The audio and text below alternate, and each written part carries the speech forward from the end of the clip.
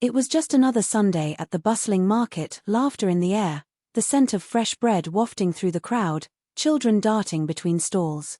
For one mother, it was supposed to be a quick trip, just a few groceries before heading home. But in the blink of an eye, her world shattered. Her daughter, her bright-eyed little girl, vanished without a trace. No screams, no struggle, just gone. For 2 long years, she searched, clinging to hope even as the days turned into months, the months into years. Then, one ordinary morning, she bought a simple loaf of bread, and what she found inside would unravel a mystery no one saw coming. Meanwhile, miles away, a kind-hearted black teenager made a small act of kindness, one he never thought would change his life. On a crowded bus, he gave up his seat for a pregnant white woman, not expecting anything in return. But then she handed him a note, and with those few scribbled words, his entire future shifted. 2 stories. 2 lives. And a twist of fate that would tie them together in the most unexpected way. What was in that loaf of bread? What did that note say? And how could these moments, separated by time and distance, hold the key to a truth no one saw coming? The answers will leave you speechless. The day her daughter disappeared, Sarah had only looked away for a moment. Just a moment. Little Emily had been right beside her, tugging at her sleeve, begging for a candy apple from the vendor. Sarah had smiled, dug into her purse for change, and when she looked up, Emily was gone. The market was packed, bodies pressing in from all sides, voices blending into a chaotic hum. She called her daughter's name, first calmly, then desperately, her voice cracking with panic. But Emily didn't answer. The police searched for weeks. Flyers with Emily's smiling face were plastered on every street corner, her name repeated on local news stations. But as time passed, the leads dried up. The detectives stopped calling as often. Even friends and family, though well-meaning, started speaking in hushed tones about moving forward. But Sarah couldn't. Every Sunday, she returned to that market, retracing her steps, asking vendors if they'd seen anything at all. Most shook their heads sympathetically.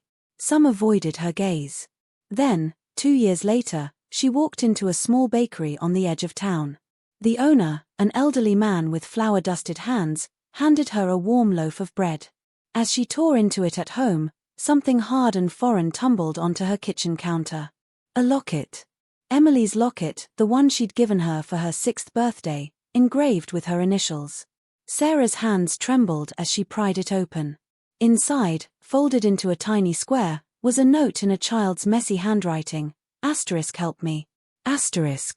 Meanwhile, in another part of the city, 17-year-old Jamal was just trying to get through another day.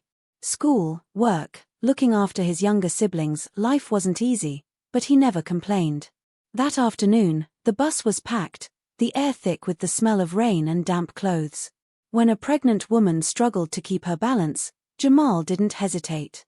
He stood, offering his seat with a quiet, "Here, She thanked him with tired eyes, sinking into the seat with relief. As he moved toward the exit, she pressed a folded note into his hand. Confused, he waited until he was off the bus to read it. The words sent a chill down his spine. If you ever need help, call this number. Trust no one until you do. Below it was a phone number, scribbled in haste. Jamal stared at it, his mind racing. Was this some kind of joke? A scam? But the woman's expression, the way she had looked at him, like she was pleading without saying a word, made him think otherwise.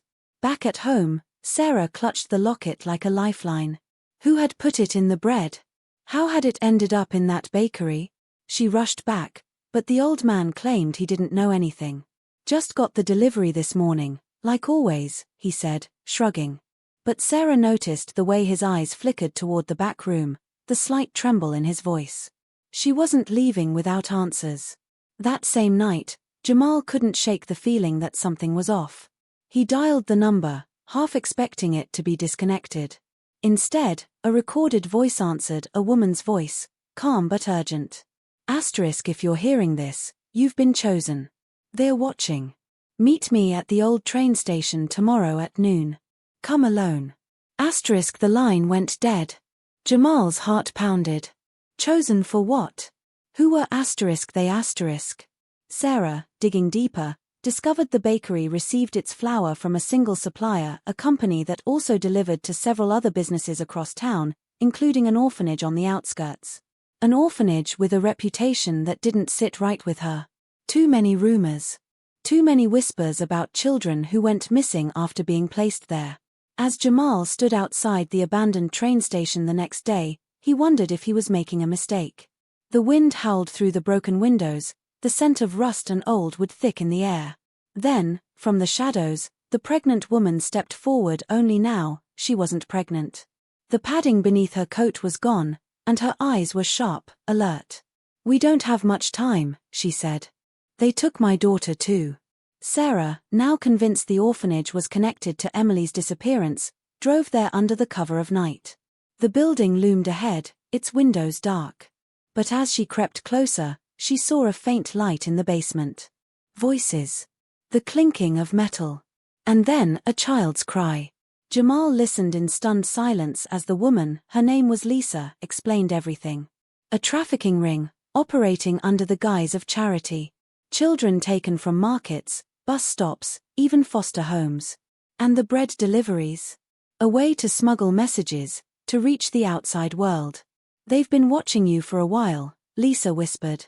"They think you're the perfect recruit, young, strong, no one to ask questions. But I couldn't let that happen." Sarah, hidden in the shadows outside the orphanage, pressed her phone to her ear, dialing the police. But before she could speak, a hand clamped over her mouth.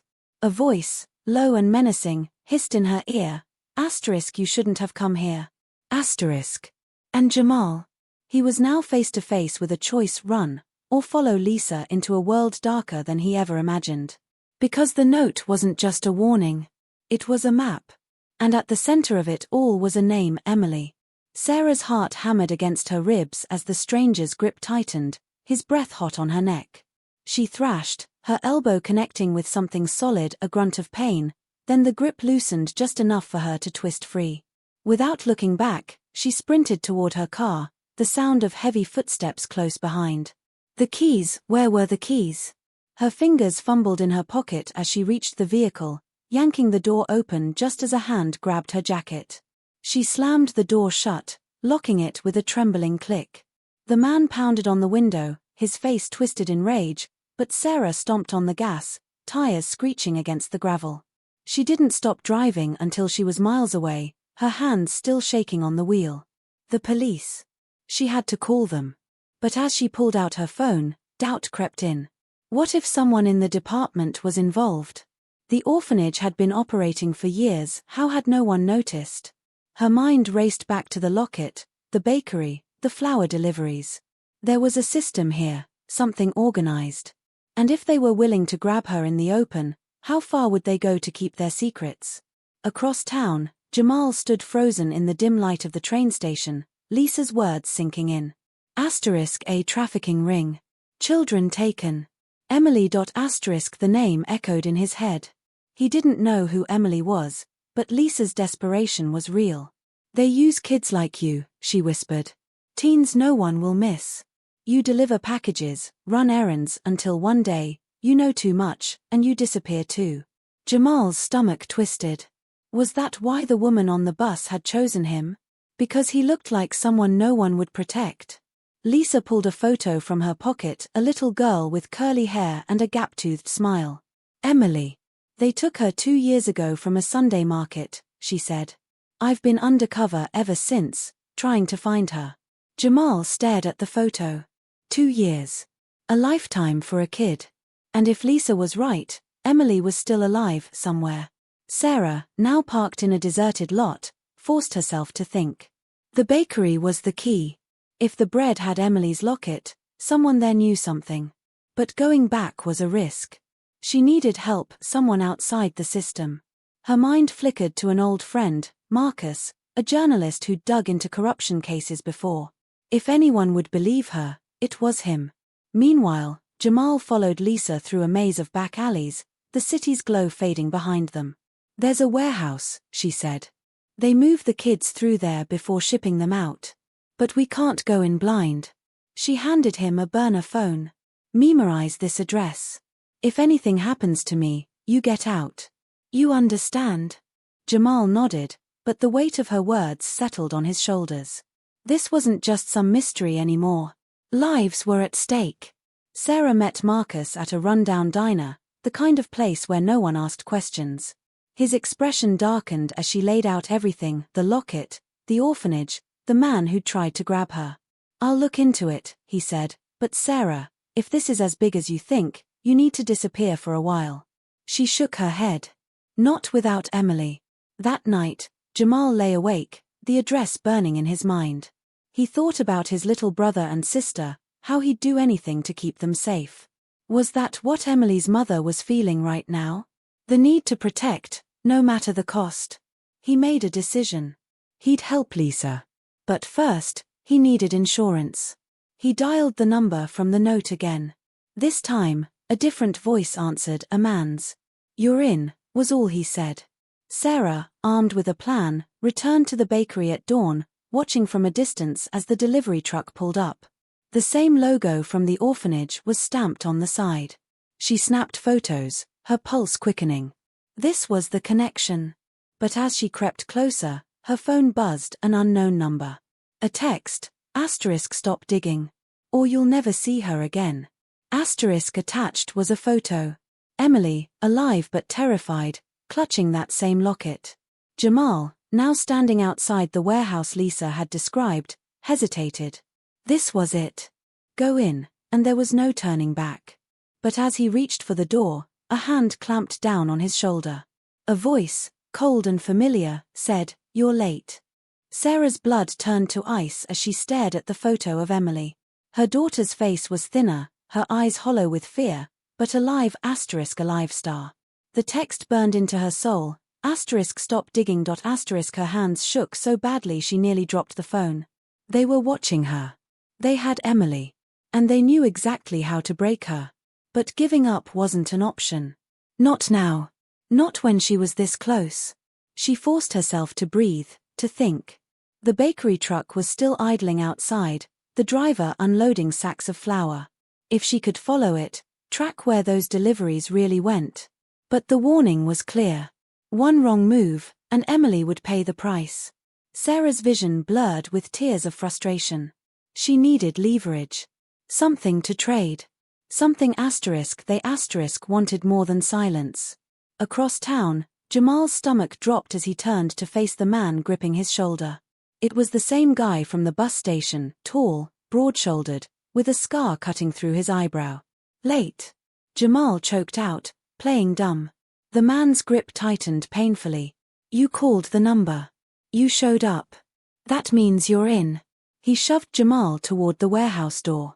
Now prove you're not a cop. Inside, the warehouse was a maze of crates and shadows. The air smelled like sweat and something metallic, fear, maybe. Jamal's eyes darted to a group of kids huddled in a corner, their wrists bound. His breath caught. Lisa was right. Then he saw her. A little girl with curly hair, clutching a tattered stuffed rabbit. Emily. Sarah's phone buzzed again. Marcus. Found something. The bakery's a front, they're using flour shipments to move kids. Meet me at the old mill in 1 hour. And Sarah, come armed. Her pulse roared in her ears. This was it. The mill was abandoned, isolated, the perfect place for a confrontation. She reached under her car seat, fingers closing around the cold steel of the pistol she'd prayed she'd never need. Back in the warehouse, Jamal was handed a package wrapped in brown paper. Delivery for the new guy, Scarface sneered. Make it to the drop point, and you're one of us. Screw up. He didn't finish the threat. He didn't need to. Jamal weighed the package in his hands. Heavy. Too heavy for just documents. His mind raced. This was his chance to run, to call the cops, to do something star. But the kids' terrified faces flashed in his mind. Especially Emily's. As he stepped back outside, he pulled out the burner phone Lisa had given him. One text, warehouse confirmed. Kids inside. Send help. He hit send just as a van pulled up beside him. The side door slid open. Get in, ordered a voice from the shadows. We're making a detour. At that exact moment, Sarah pulled up to the old mill, her headlights cutting through the fog. No sign of Marcus. Just the creak of rusted machinery and the distant rush of water under the rotting dock. Then, a scream. High-pitched. A child's. Sarah sprinted toward the sound, gun raised, just as the first shot rang out. The gunshot echoed through the abandoned mill like a thunderclap. Sarah ducked behind a rusted metal drum, her heart slamming against her ribs. That scream, it had sounded like a child. Emily, she couldn't tell. The fog swirled thick in the air, distorting every sound. Then she saw him. Marcus. He was slumped against the far wall, one hand clutching his shoulder, blood seeping through his fingers. His lips moved, forming words Sarah couldn't hear. She lunged forward just as a figure stepped out of the shadows behind him. A man in a police uniform. Not just any officer. Detective Reynolds. The same detective who had led Emily's missing persons case 2 years ago. Sarah froze. Reynolds pressed his gun to Marcus's temple, his voice calm, almost bored. Come out, Sarah. Or your friend dies right here. Her breath came in short, panicked bursts. This whole time he had been part of it. The realization hit her like a punch to the gut. All those dead ends in the investigation, the evidence that mysteriously vanished. Reynolds had been covering their tracks. Across town, Jamal's blood ran cold as he stared into the van. The interior light flickered, revealing Lisa, bruised, gagged, her eyes wide with terror. The man behind him shoved him forward. Change of plans, kid. You're gonna help us clean up a mess. Jamal stumbled into the van, landing hard on the metal floor. The door slammed shut, plunging them into darkness. Lisa's muffled cries filled the cramped space as the engine roared to life. Where are you taking us? Jamal demanded, ripping the gag from Lisa's mouth. She coughed, her voice raw. The mill. They're tying up loose ends. Her fingers dug into his arm. Sarah's there. And Emily. They're all there. Jamal's stomach dropped. The package he'd been given, he tore it open. Inside wasn't drugs or money. It was a bomb. Back at the mill, Sarah stepped into the open, her hands raised.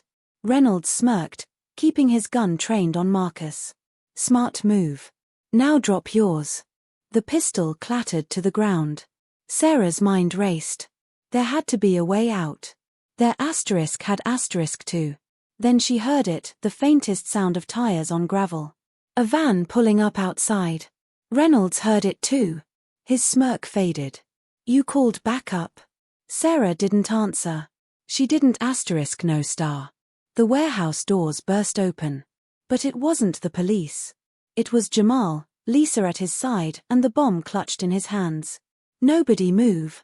Jamal shouted, his voice cracking with desperation. Or I swear to God, I'll blow us all to hell. The room went dead silent. Then, from the shadows behind Reynolds, a small voice whimpered. Mommy. Sarah's head snapped toward the sound. Emily. Alive. Terrified. And standing right in the line of fire. The sound of Emily's voice shattered Sarah's heart into 1,000 pieces. Her baby was right there alive, within reach, but trapped in a nightmare. Reynolds swung his gun toward Emily, his face twisting into a snarl. Enough games, he hissed. Time slowed. Sarah didn't think, she moved. Lunging for her dropped gun, she fired just as Reynolds pulled his trigger. The shots rang out simultaneously. Reynolds staggered back, clutching his chest. Sarah felt the burn of a bullet graze her arm, but she didn't stop. She sprinted toward Emily, scooping her up in a crushing hug. The scent of her daughter's hair, the warmth of her tiny body, it was real. After 2 years of hell, she finally had her back. Across the room, Jamal's hands trembled around the bomb. Lisa grabbed his arm. It's a bluff, isn't it? She whispered urgently. Jamal's throat tightened. He'd never planned to detonate it, he just needed to buy time. But the armed men surrounding them didn't know that. Then everything went wrong. One of Reynolds' men made a grab for the bomb. Jamal twisted away, too late. The device slipped from his grip, clattering to the floor with a sickening thud. Silence. Nothing happened. It wasn't Liv. A beat of stunned disbelief, then chaos erupted. Gunfire exploded as police sirens wailed outside. The warehouse doors burst open again, this time flooding with officers in tactical gear. The real police. In the confusion, Sarah shielded Emily with her body as Lisa dragged her and Jamal behind cover. Marcus called them before they got to him, she panted. Backup was always coming. The shootout was over in minutes. Reynolds lay motionless, his men either dead or in handcuffs. As paramedics rushed in, Sarah clung to Emily, tears streaming down her face. "I thought I lost you forever," she sobbed. Emily touched her mother's cheek with tiny fingers. "I knew you'd come," she whispered. "The bad man said you forgot about me, but I didn't believe him." Nearby, Jamal sat shell-shocked as an officer draped a blanket over his shoulders. He'd almost died. They all had. But as he watched Sarah reunite with her daughter, something inside him shifted. He'd helped save them. After a lifetime of being told he was nobody, he'd been somebody today. Then came the twist no one saw coming. As detectives searched Reynolds' body, they found a phone and on it, a single recent call to a number labeled *the benefactor. *the last text sent chilled Sarah to the bone. *the mother knows. Initiate Protocol 12. Before anyone could react, the warehouse lights cut out. Emergency floodlights kicked on, revealing 3 shadowy figures slipping out a back exit. One turned at the last second, his face catching in the red glow. Detective Collins. Sarah's blood ran cold. He'd been at Emily's vigil. He'd brought her coffee during the search. He was Reynolds' partner. As officers gave chase, Collins fired wildly behind him before vanishing into the night. The message was clear, this wasn't over. The rot went deeper than anyone imagined. But for now, Sarah held Emily tighter, breathing in the miracle of her daughter's presence. Jamal met her gaze across the room, a silent understanding passing between them. They'd won this battle. The war. That was just beginning. The police floodlights painted the warehouse in harsh white light as paramedics checked Emily for injuries. Sarah never let go of her daughter's hand, not even when the officers tried to separate them for questioning. "She stays with me," Sarah said, her voice raw but firm. After everything, she wasn't letting Emily out of her sight ever again.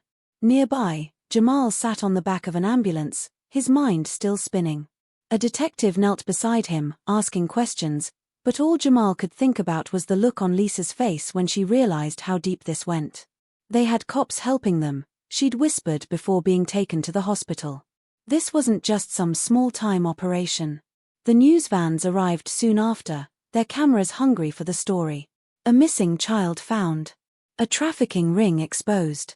A corrupt cop on the run. It had all the makings of a national headline.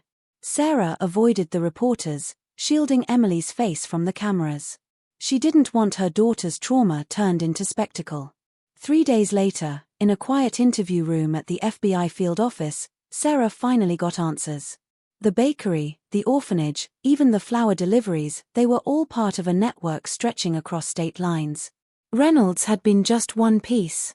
Detective Collins was still missing, but his phone records led to more arrests. "We'll get him," the agent assured her. "And we'll find everyone involved."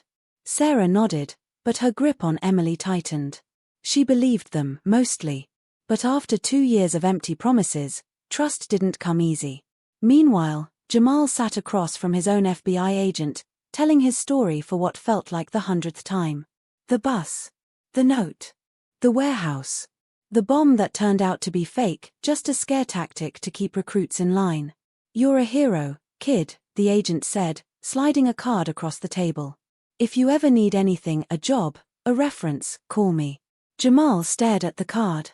A hero? He didn't feel like one. He'd just done what anyone would have done. At least, that's what he told himself. A week later, Sarah stood on the porch of their new home, a small house in a quiet neighborhood, courtesy of witness protection until the rest of Collins's men were caught. Emily played in the yard, her laughter floating on the breeze. She still had nightmares, still woke up screaming sometimes, but she was healing. They both were. The doorbell rang. It was Jamal, holding a bag of groceries. "Thought you could use some real food," he said with a hesitant smile. Since that night, he'd become a regular visitor. Sarah had insisted. After everything, he was family now. As they sat at the kitchen table, Emily coloring beside them, Jamal cleared his throat. "I got a call from Lisa," he said. "They found more kids. Some from the warehouse, others from before." His voice cracked. "She's setting up a foundation to help them. Asked if I wanted to be involved." Sarah reached across the table, squeezing his hand. "You should do it." He nodded, looking down at Emily's drawing, a stick figure family with 3 people. Mom, daughter, and him. Outside, the sun dipped below the trees, painting the sky in gold and pink. It wasn't a perfect ending. Collins was still out there. The scars, both physical and emotional, would take time to fade. But for the first time in years, Sarah breathed easy. Emily tugged at her sleeve. "Can Jamal stay for dinner?" she asked, her eyes bright. Sarah smiled. "As long as he wants." And as the 3 of them sat around the table that night, eating and laughing, the darkness of the past finally felt a little further away. The road ahead wouldn't be easy, but they'd face it together. Because sometimes, after the worst storms, the brightest blessings come not in the form of miracles, but in the people who walk through the fire with you. **** The end. ***.